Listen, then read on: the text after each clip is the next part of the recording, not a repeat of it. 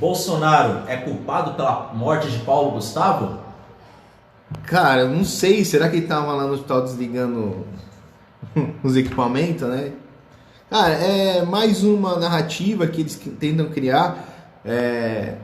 Foi até engraçado, eu tava assistindo na TV, aí falou assim que o coitado do Paulo Gustavo, que não tinha nenhum problema de saúde, nenhuma comorbidade, e afetado pelo Covid, teve todo esse transtorno que a gente acompanhou e chegou a falecer.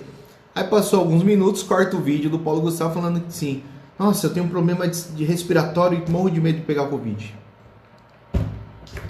Infelizmente foi politizada, né, a morte do Paulo. Hoje teve a missa de sétimo dia, né? Não sei se foi hoje ou ontem. E o Fábio Porchat foi um dos que estiveram presentes e foi com uma máscara fora Bolsonaro. Ali é um momento de luto, né? Que você deve se respeitar a vida que foi perdida, a família, os amigos, e a pessoa politizar um momento desse, né? Independente de ser o Porchat ou quem quer que seja. Mas eu acho que ali deveria ser respeitado.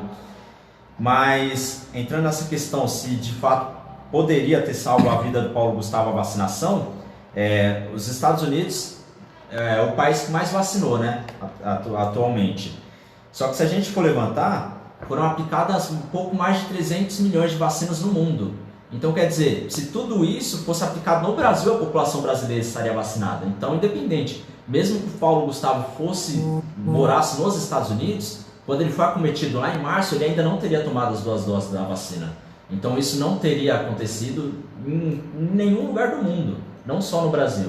Então essa polarização, essa politicagem da doença como um todo, da vacinação como um todo, dos remédios como um todo, isso é lamentável, né? Acho que é isso que a gente tem que desfocar e focar mais no que é necessário, no que é preciso.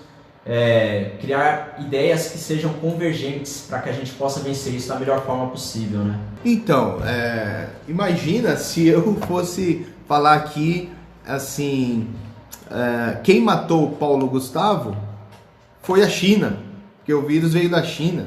Que absurdo, né?